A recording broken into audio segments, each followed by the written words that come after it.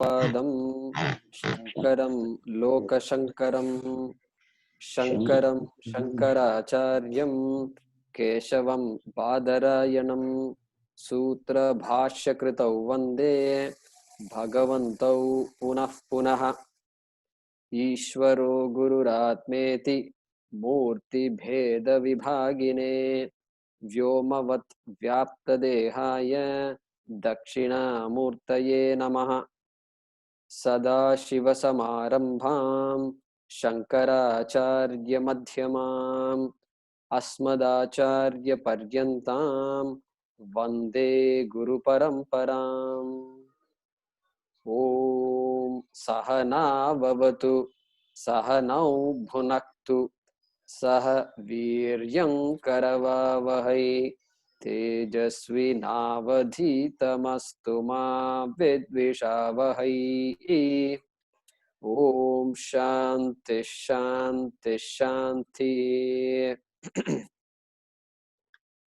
ॐ पार्थाय प्रतिबोधितां भगवता नारायणेन स्वयं व्यासेन ग्रथितां पुराणमुनिना मध्ये महाभारतम् अद्वैतामृतवर्षिणीं भगवतीम् अष्टादशाध्यायिनीम् अम्ब त्वामनुसन्दधामि भगवद्गीते भवद्वेषिणीम्।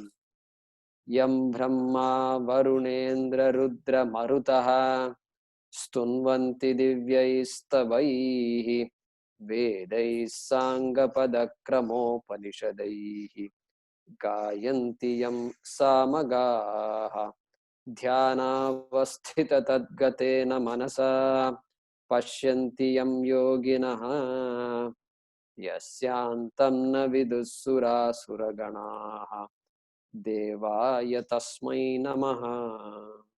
देवाय तस्मै नमः।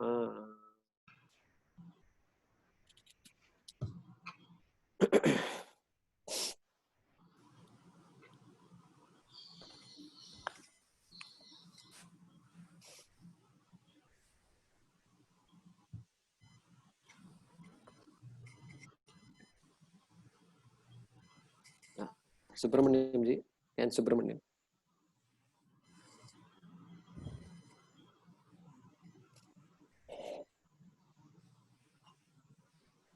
Can't hear you, can't see you. Yes, Sundari Venkatraman.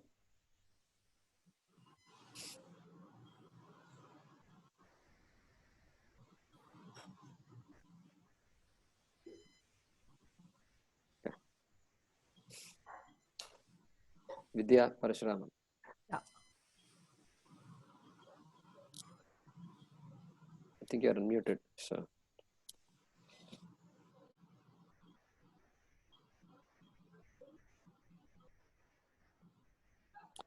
So let's chant from 44.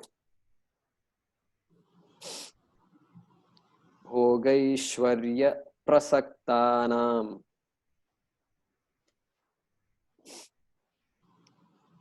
go ahead and unmute yourself. Yeah. भोगैश्वर्य प्रसक्तानां भोगैश्वर्यप्रसक्तानां unable to hear you. Is it just me or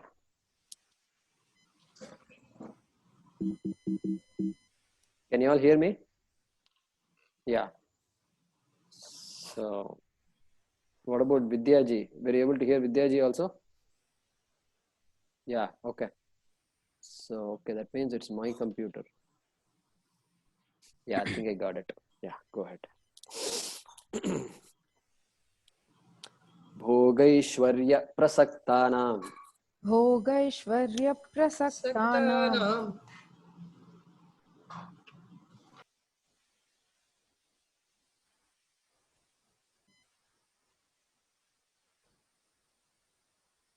Yeah, I heard 2-3 voices, so that's why I'm muting all of you once again. And then go ahead, Vidya, unmute yourself. भोगैश्वर्यप्रसक्तानां भोगैश्वर्यप्रसक्तानां तयापहृतचेतसां तयापहृतचेतसां व्यवसायात्मिका बुद्धिः व्यवसायात्मिका बुद्धिः समाधौ न विधीयते समाधौ न विधीयते त्रैगुण्यविषया वेदाः त्रैगुण्यविषया वेदाः निस्त्रैगुण्यो भवार्जुन निस्त्रैगुण्यो भवार्जुन निर्द्वन्द्वो नित्यसत्त्वस्थः निर्द्वन्द्वो नित्यः सत्यस्तः सत्त्वस्थः सत्त्वस्तः निर्योगक्षेम आत्मवान् निर्योगक्षेम आत्मवान् यावानर्थ उदपाने यावानर्थ उदपाने सर्वतः सम्प्लुतोदके सर्वतः सम्प्लुतोदके तावान् सर्वेषु वेदेषु तावान् सर्वेषु वेदेषु ब्राह्मणस्य विजानतः ब्राह्मणस्य विजानतः कर्मण्येवाधिकारस्ते कर्मण्येवाधिकारस्ते मा फलेषु कदाचन मा फलेषु कदाचन मा कर्मफलहेतुर्भूः मा कर्मफलहेतुर्भूः मा ते सङ्गोऽस्त्वकर्मणि मा ते सङ्गोऽस्त्वकर्मणि योगस्थः कुरु कर्माणि योगस्थः कुरु कर्माणि सङ्गं त्यक्त्वा धनञ्जय सङ्गं त्यक्त्वा धनञ्जय सिद्ध्यसिद्ध्यो समो भूत्वा सिद्ध्यसिद्ध्यो समो भूत्वा समत्वं योग उच्यते समत्वं योग उच्यते. Good.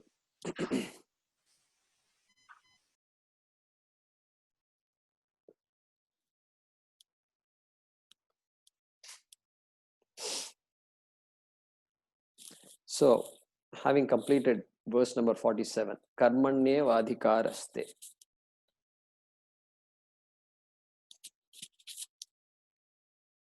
Where Krishna introduced an important fact that I have full authority over what I do, what actions I do, whereas the results are really not something that I decide.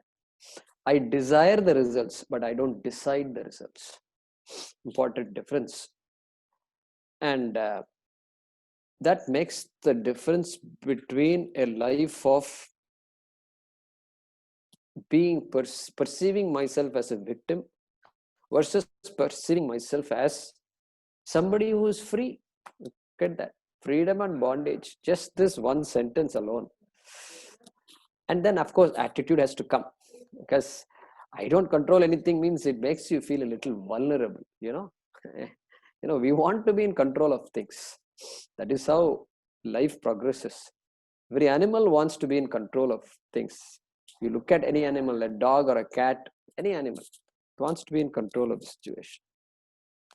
So we found this one a wasp-like bird, was a small insect, was coming inside. These days we have all these mosquito, these blanket nets, doors and all that. So very difficult for an insect to come inside. But we saw this past few days, I've been observing this little insect was coming inside. Then this our attendant told me it's building a nest inside.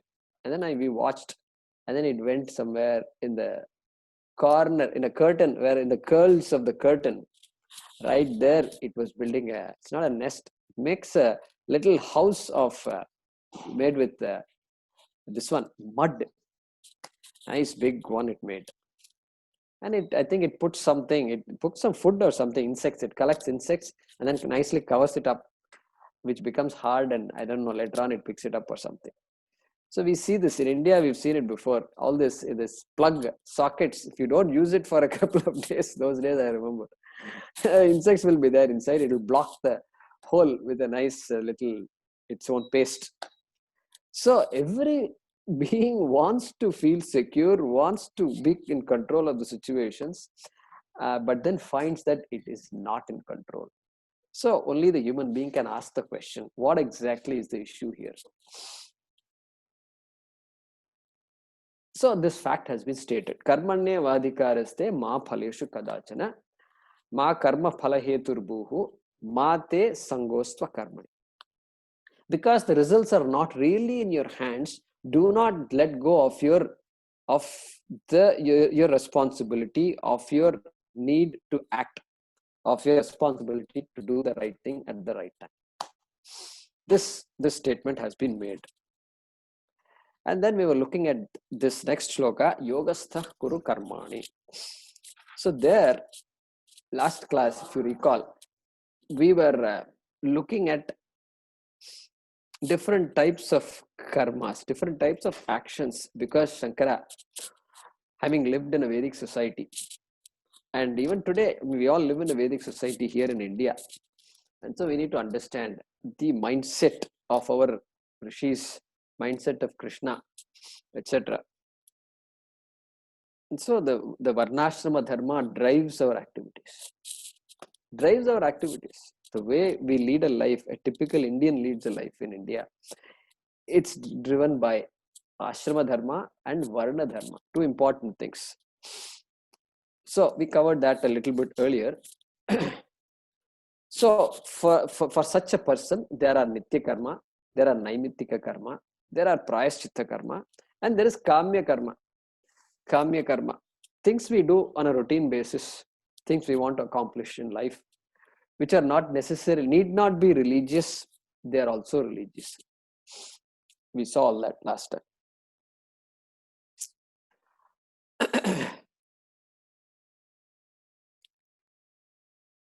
So here, Shankaracharya, Bhagavan Bhashikara makes a point that for Karma Yoga, our attitude changes because the results are not controlled by me. The results are given to me by Ishvara, Karma Phala Data.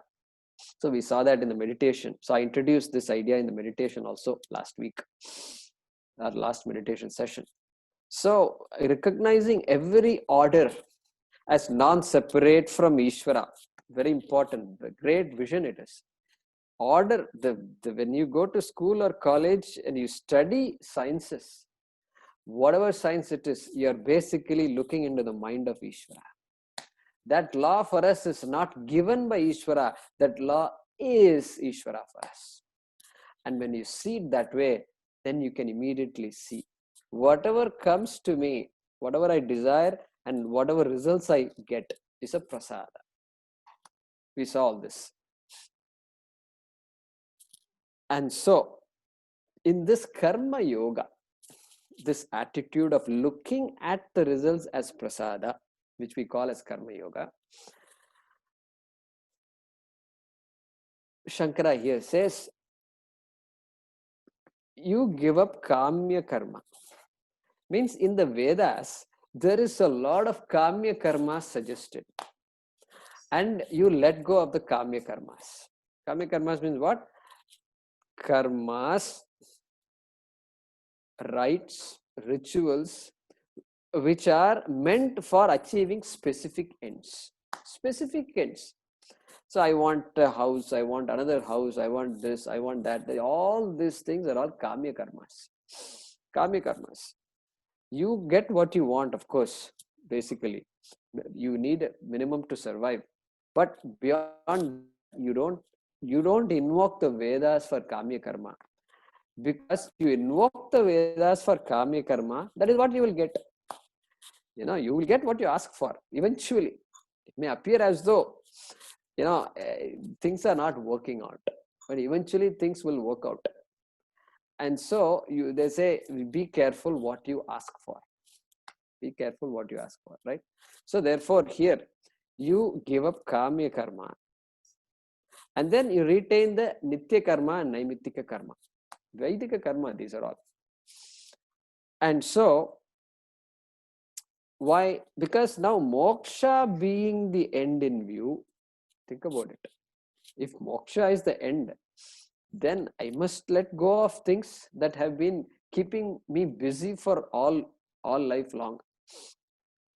And so vyavasayatmika buddhi is there now, and therefore that being the view, slowly I let go of kamya karma and keep the nitya karma and naimittika karma with the goal of antakarana shuddhi. Goal is antakarana shuddhi. The results are taken as prasada, therefore I now have an attitude of karma yoga. Correct? Karma yoga attitude.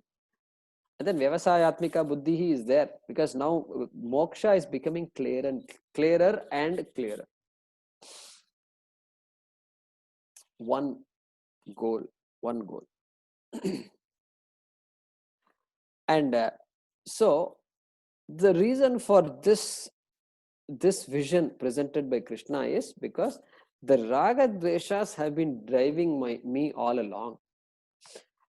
Even though dharma is there, dharma is something I follow, and it has given me a direction to my life, yet the raga dveshas are something I cannot give up. And so if I don't get what I want, I feel frustrated. This is the life. And therefore, this, because raga dveshas are there in our life, the attitude of karma yoga comes and it neutralizes the power that this raga dveshas have. What does karma yoga do? It puts a shock absorber underneath me, so that I can deal with anything that happens in my life. Karma yoga is a great shock absorber, greatest shock absorber. I shouldn't even say great, because then I'm ready for anything. I do my best and I'm ready for anything. Okay, this is a great this changes our life dramatically. So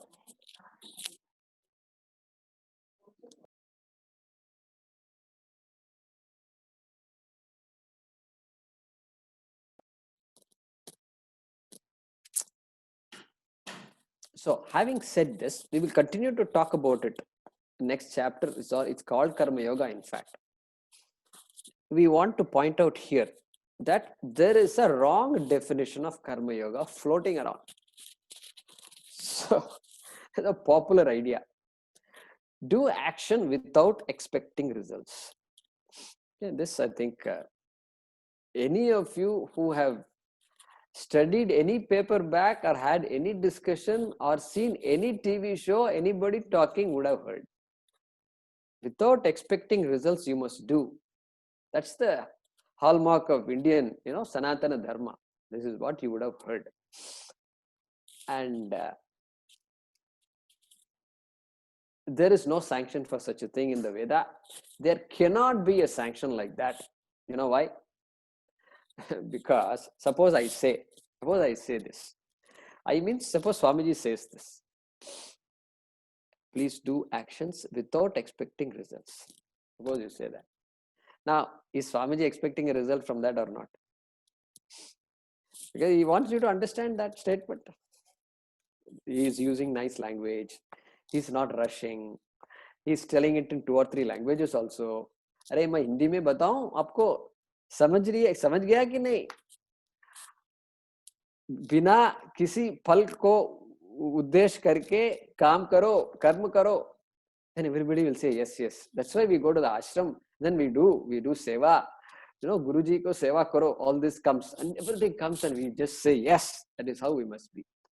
And then carefully when you look at it, hey, you get up in the morning. Do you sleep in the night expecting you to be alive tomorrow or what? Yeah, I think so. Otherwise, if I knew there was a problem next day, then I wouldn't be able to sleep. Hey, when you open the faucet, do you expect water to flow or not? Yeah, I expect water to flow. So like this, if you see, there is always an expectation. Every action, small or big or long duration, whatever. So Swamiji keeps repeating this because we are all enlightened by all these paperbacks that you should not expect a result. The right way to look at it, you should not expect that what you expect will happen. Okay, this is the right thing to say. One more expect you have to put in that sentence. What is it? You don't expect that what you expect will happen. I think that is the right way to say it. One word, important word is missing from that statement. You're welcome to work hard. You must work hard. You must make sure you do the right thing. Don't give up. All those things are perfect. But don't be shocked if things don't work out your way. This is practical advice. There is no Ishvara involved, nothing involved. In this statement, Karmanya Vadika Raste, Ishvara is not there. Although Prasada, when we say, we bring in Ishvara. We have to bring in Ishvara. Otherwise, the idea of Prasada will not be there. Prasada will not be there. So,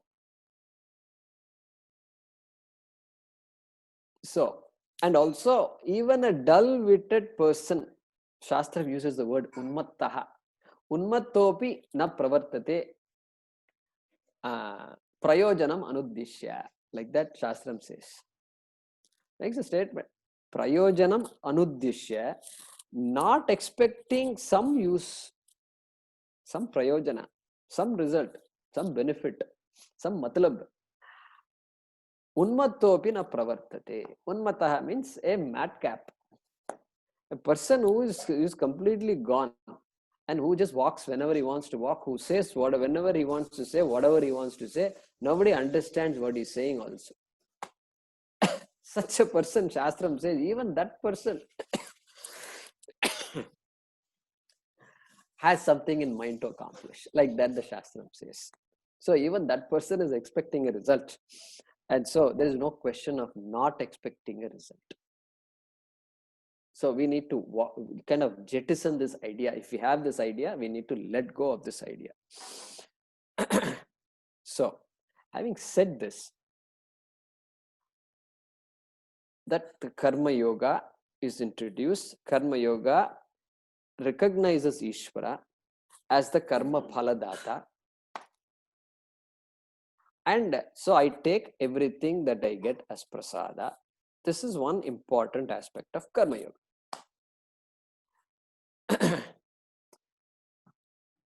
Now, we need to bring in another definition of Karma Yoga. There are two aspects to Karma Yoga. So, Swamiji brings in here this aspect from verse number 50. Yogaha karmasu kaushalam. Like that. If you look at verse number 50, you will find this.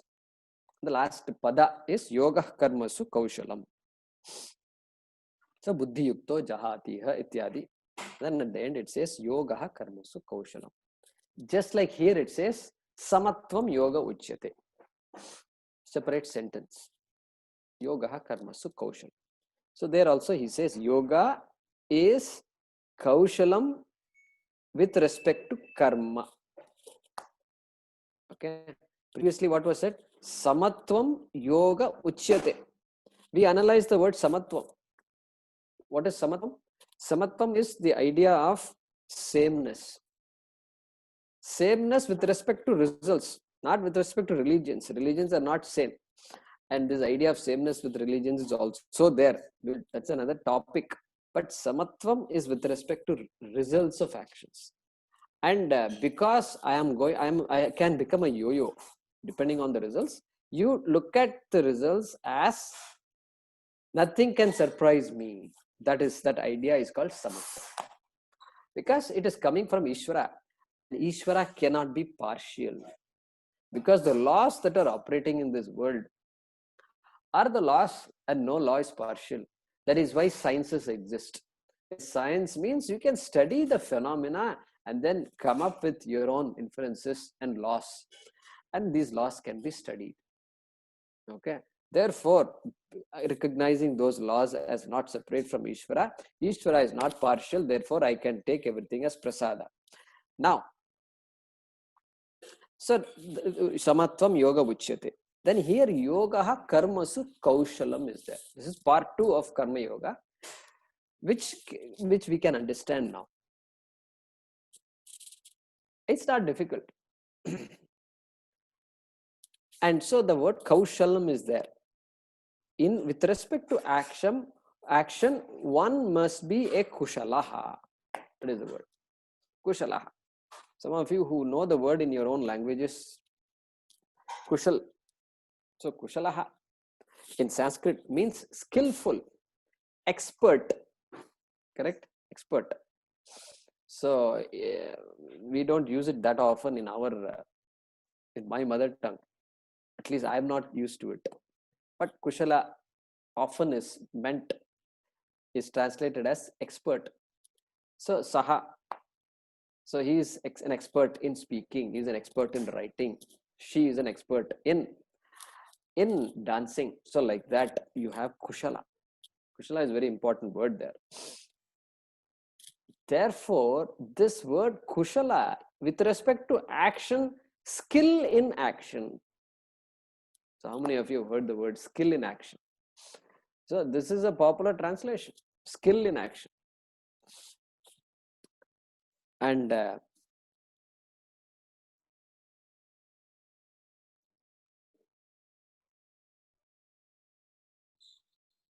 if you translate kushala as skill in action, then we have a problem.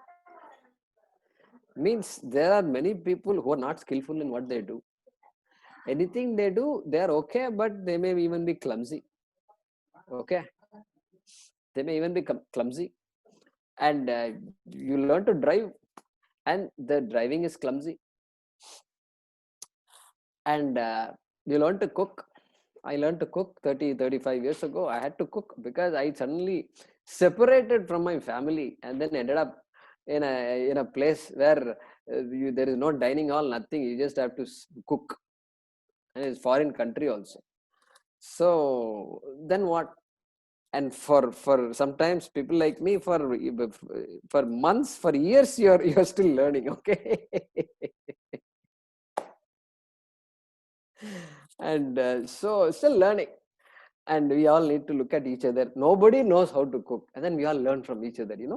This idea, learning from somebody who doesn't know how to cook. This we have done all these kinds of things.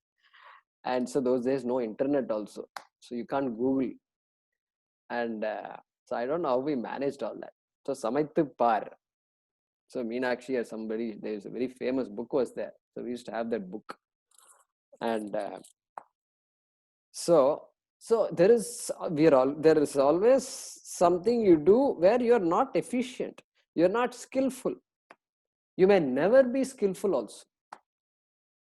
Therefore, the word skillful in action has to be given up. Because then that means if you say skillful in action, then we are talking about efficiency. Efficiency is important, no doubt. We don't want to be inefficient in what we do.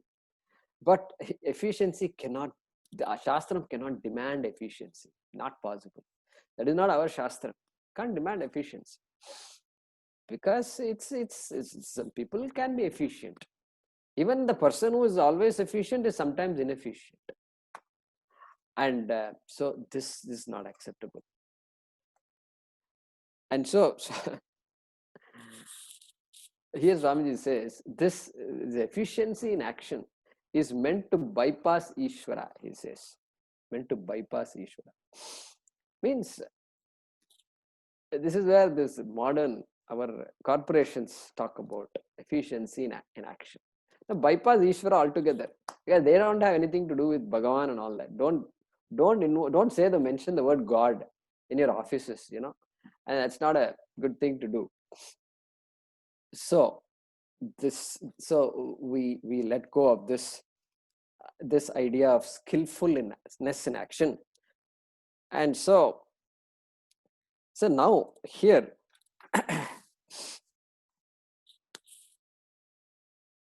so A pickpocket is very skillful, correct? You need to be very skillful in picking somebody else's pocket. If you try, you'll get caught. But you come home and you find that your wallet is missing. Then you're frantically you're searching and making calls and all that. It dawns on you after a long time that this pickpockets. I've read in books and I've heard other people whose pockets have been picked, but it never happened to me like that. It dawns on you. So they are very skillful, because you have to be skillful when you pick somebody else's pocket. Now I'm inferring, because you have to make sure that person doesn't know anything. And best place is bus, and it's crowded Indian buses, and then you keep hitting each other, and so in that process you don't know what happens pretty much. So those days we used to hear a lot when I was in college and all that, and it used to be a common experience of many people. So that is why they used to the trousers that men used to have, they used to have a pocket inside the trouser. Really funny things. All these things are a result of these external circumstances. So they used to put the money inside. So pocket ko chodo. Pocket is there, but it's not useful. So skillful person is there. So can you claim him to be a karma yogi? No, we can't accept that. In fact, Swamiji gives an example, which I think I should say. And so he gives the example of somebody who's been attending Swamiji's classes. And he says, one day he comes to Swamiji and says, Swamiji, I've been listening to your classes. It's very interesting. And I like the idea of prasada buddhi. I think it's very important for us to maintain at least minimum some sanity in our lives. I have a plan.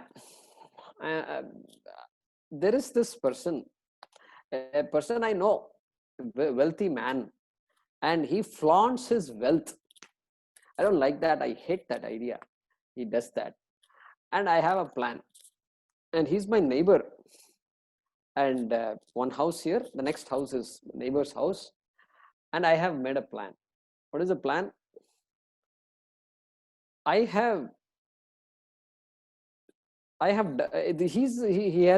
know he has a safe in his house where he's locked up all his jewelry and many other things that are generally kept in a safe. And so I dug a tunnel. Last 3 months I've been busy with this. From my bedroom onwards, a tunnel I dug to this person's room. And everything is set. I've sent my family away. And I hate this person's attitude, and he doesn't deserve to have this money. And I'm going to take it. I have a plan. Now, you've been talking about prasada buddhi. And so I know what can happen in this situation. I can get caught. I will take that as prasada. Ishvara prasada only. I may get a lot of loot. It's not a loot. In fact, I'm telling you, I'm not interested. I'm not a thief. If I was a thief, I would have done a lot of things. I've never done anything like this before. I didn't even pick a pocket. So I'm not a thief, but I hate this man. So if I get whatever I want, I think he has some gold in it and some cash, etc. I'll be very happy. If I open the safe and if I don't find anything, because he's emptied it before itself, then also I will take it as prasada, less than what I want. Opposite of what I want is also there. I get caught, I get beaten up. In India, people won't allow these things to happen. They won't wait for the police to come and all that. Sometimes you will just get beaten up, and then things happen. So if I get beaten up, if I get arrested, I will take that also as prasada. Because Swamiji, I believe in what Krishna says, and Sarvam Krishna Arpanamastu. Everything comes from Krishna, everything goes to Krishna. I like this. And Krishna says, such a person is beloved to me also. I want to be beloved to Krishna too. So, tell me, Swamiji, tell me.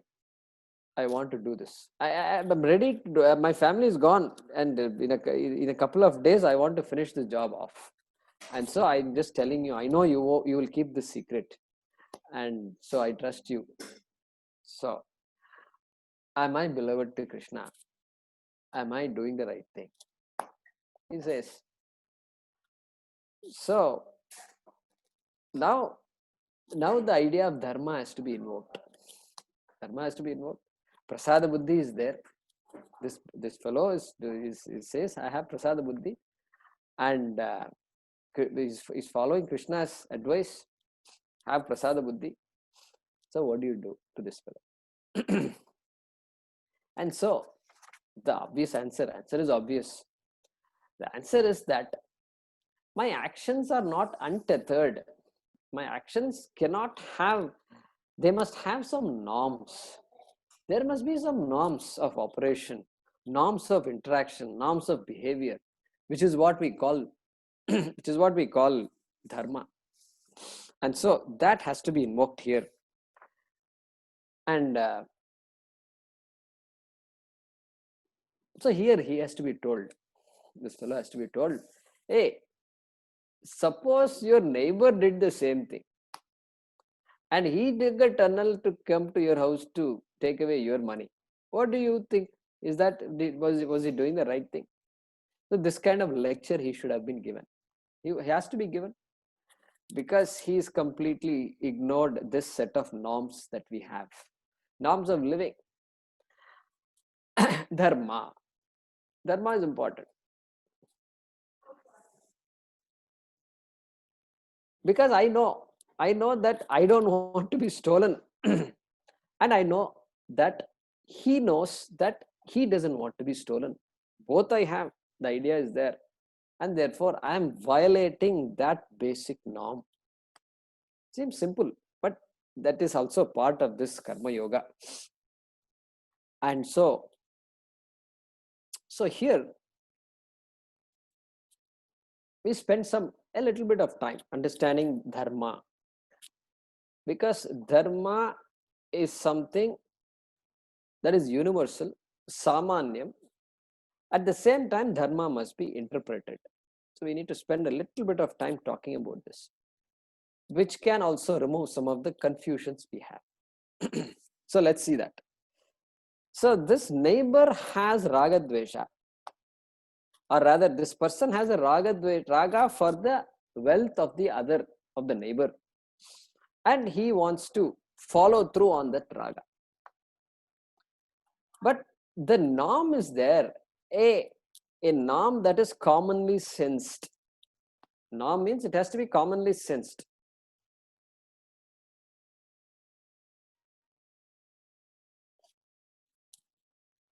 That I don't want to be stolen has to be commonly sensed. Commonly sensed means what?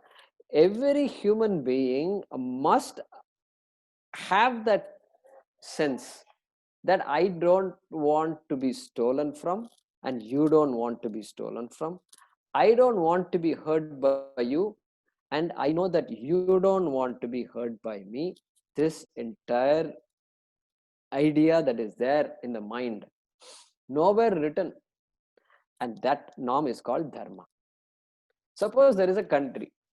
So in Andaman and Nicobar Islands, there are islands where people live, and there is no government, there is nothing there. They are just living like that for the last thousands of years. And there are settlements there also. You go and you see these people are living in their own settlements, in their own habitations. Looks like huts, looks like big huts, small huts, everything is there, and nice building like structures are there, everything is there, but no government, nothing. And there is no law in that island against stealing, and this island does not come under the gambit of any government also. The government just lets them live, whatever the India, whatever, lets them live. No law applies to them. So now you ask them, hey, is stealing correct or not? What do you think they will say? They have to say, no, stealing is wrong. They have to say that. Because that idea is there. That idea is there. If that idea of dharma is not there in the mind, in the human mind, okay, then we have a serious problem. Correct? We'll have a serious problem. It would be a defect. It would be a defect. Suppose we say the person has to be educated to know that there is such a thing called right and wrong, such a thing called, you should not hurt others. You need a degree to understand that you should not hurt others. This is a problem. And so then we would say such a creation would be defective. The creation, the Srishti is there, and the human being, once the human being is given choice, this is only for the being who is given choice, remember, not for the animal. Animal doesn't have dharma. Correct? Now you understand. Animal doesn't need dharma because there's no choice. Animal's behavior is instinctual. Animal doesn't have choice. Therefore, dharma is not needed. Therefore, nothing is needed, no education, nothing is needed. But for this human being who has free will and who has choice, the minute choice is there, it is like a knife in the hand. And when you have a knife in the hand, you have to know how to use it. That knowing how to use it is called dharma. Dharma is what puts the brakes on choice. Otherwise, each person will be doing whatever they want and will be hurting each other left and right, and the Srishti would not exist anymore. So these things we are aware of to some extent. And so this dharma is samanya dharma. It is Ishvara. Ishvarasya Srishti. It is not a dharma I created. I come into this world with this idea. And then there are also then man-made dharmas. Man-made dharmas. What? Like traffic. You have to drive on the left side of the road in India. And in other countries like America, you have to drive on the right side of the road. Do you know why you have to drive on the right side of the road in America? Does anybody know? Why not left side? Britain left it to us. Therefore, India also left. Every colonized country, it is left because Britain. Why America is right? It's because it's the same British who came to America. Remember 1600s and all that. The British people. It's amazing. One small island. You don't even in the map you can't even find out where Britain is. It's a small island, compared to Africa and all these big continents and countries. And these fellows have gone all over the world, occupied every piece of land that is there. And so the people who came to America, they came there, they finished off all the natives and unleashed all these lethal dogs and all that, and then finished them off complete. And then now the land belongs to us, and then we are going to set up our own rules. And guess what? We got persecuted in Britain, and so we want to be different from Britain, and we can't be like the British. We need to be different. And so what? Therefore, we'll set up our own rules. So then what? So how will you drive? No, we can't drive on the left. That's too British. We will drive on the right. It doesn't stop there. What about all these switches and all that? How do you turn on the light? Oh, everywhere in the world, you have to push the switch down to turn it on. We are all different people. We will push it up to turn it on. So like this, the entire rule structure is all opposite of what is there. How many kilometers is the distance between here and there, Chicago and New York? No, we are not going to use kilometer. We're going to say mile. Because different. We could be British. So like this, the rule book completely rewritten. Completely rewritten. I think I've told you this before. It's good to recap some of these things. So English, the language also changed completely, left and right. Overnight changed. COLOR. Why do you need the U? It's a waste of time to type one more U. COLOUR. It doesn't even make sense. Color, COLOR, makes perfect sense. And U, so parlor, PARLOR. You save time also in the process. And it makes a lot of sense also. You don't make any mistakes. And when we used to learn English, we used to make a lot of mistakes because all these funny things come. So no more lieutenant and all that. Lieutenant, what lieutenant? And left, there's no F at all there. How do you say lieutenant? Doesn't make sense at all. So rules rewritten completely. So all this idea came from this driving on the road right side versus left side. So there are man-made laws which we follow. And they are also important. We follow those laws like the Samanya Dharma, the universal Dharma.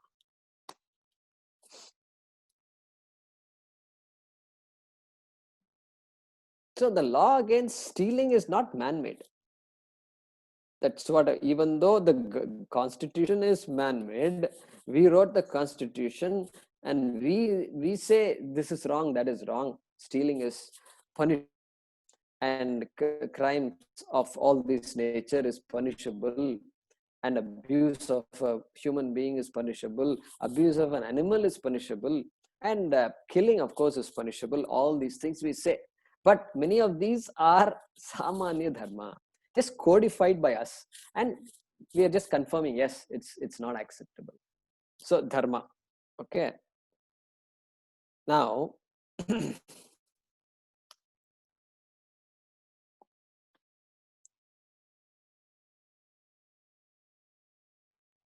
now what about, can we say the Vedas tells us what is right and wrong? Can we say that? Of course, after all, it is our Shastra, and it is Ishvara, Sakshat Ishvara, and Ishvara must have said that. So we say very clearly, the Vedas does not have to say that I should not lie. The Vedas does not have to say that I should not hurt another human being. It doesn't have to say. And in fact, the statement can be made, if the Vedas were old, the idea of dharma was there even before the Vedas. The Vedas can only confirm what we already commonly sense. It can confirm. Say Satyam Vada. Vedas says Satyam Vada. Dharmam Chara. Okay, it says that. So there it only confirms what we know. We don't say Veda says you must speak the truth. No, the wrong statement. Don't say that, please. Vedas are important. We respect our Vedas. We worship it. But don't say things about Vedas that are wrong. We never say that.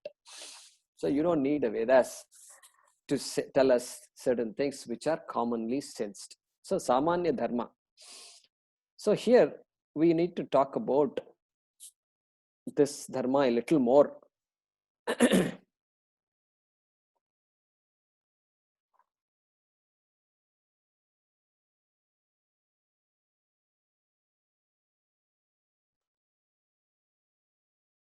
So the idea of norms is important. Dharma is important. If dharma was not there, if dharma had to be taught and things like that, then we have a serious problem. It is like giving a car, a sports car, to a teenager, and then he drives and you tell him there are no brakes. No brakes. Because free will is like that. Choice is like that. That's why human life is very unique, because the person has choice. The person can do anything, at any time, and can produce so many things and can really do a lot. That gift is there for this human being. And therefore, without dharma, then it is like this car without brakes. And it is going to only cause damage. And so this kushalatvam is somewhat important.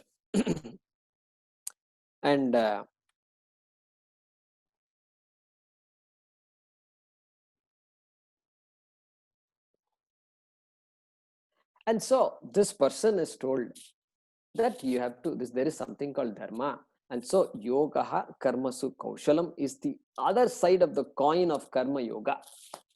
What is the coin of karma yoga? Prasada buddhi is one side, and then actions are done. So action and results, these are the only two things that we constantly talk about, action and results. And when it comes to action, when it comes to results, I take the results as prasada. So this understanding of karma yoga we want to invoke right here when we study this shloka, yogastha kuru karmani.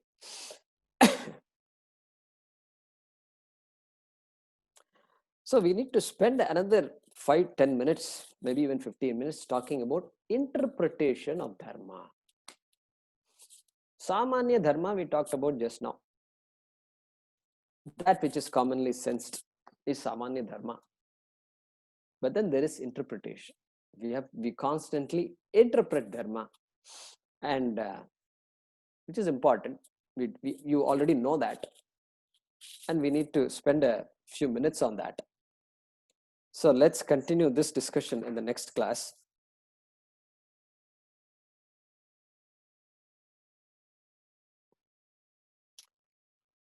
So the reason we need to talk about it is, we say dharma is universal. Samanya dharma is universal.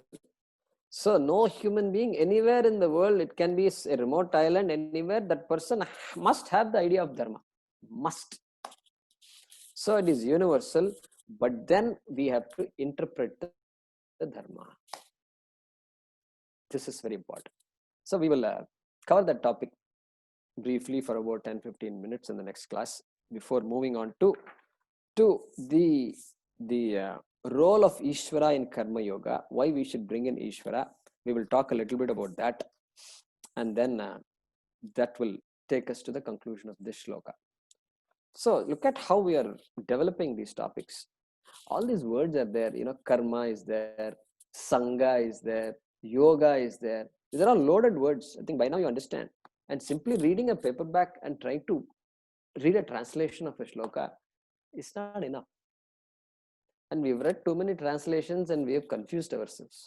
So we are developing, unfolding it the way Swamiji used to. So I'm closely following how Swamiji unfolds the Bhagavad Gita. And so some of these popular ideas are demolished. Like the idea that do actions without expecting results. I think that idea should be given up. Okay. Om swasti prajabhyah paripalayantam nyayena margena mahim mahishaha go brahmanebhyah shubhamastu nityam loka samasta sukhino bhavantu kale varshatu parjanyah prithvi sasyashalini deshoyam kshobarahitah brahmana santu nirbhayaha om sarve bhavantu sukhinah सर्वे संतु निरामयाः सर्वे भद्राणि पश्यन्तु मा कश्चित् दुःखभाग् भवेत् ओम असतो मा सद्गमय तमसो मा ज्योतिर्गमय मृत्योर्मा अमृतंगमय ओम पूर्णमदः पूर्णमिदं पूर्णात् पूर्णमुदच्यते पूर्णस्य पूर्णमादाय पूर्णमेवावशिष्यते ओम शांति शांति शांति हरि ओम श्री गुरुभ्यो नमः हरि ओम।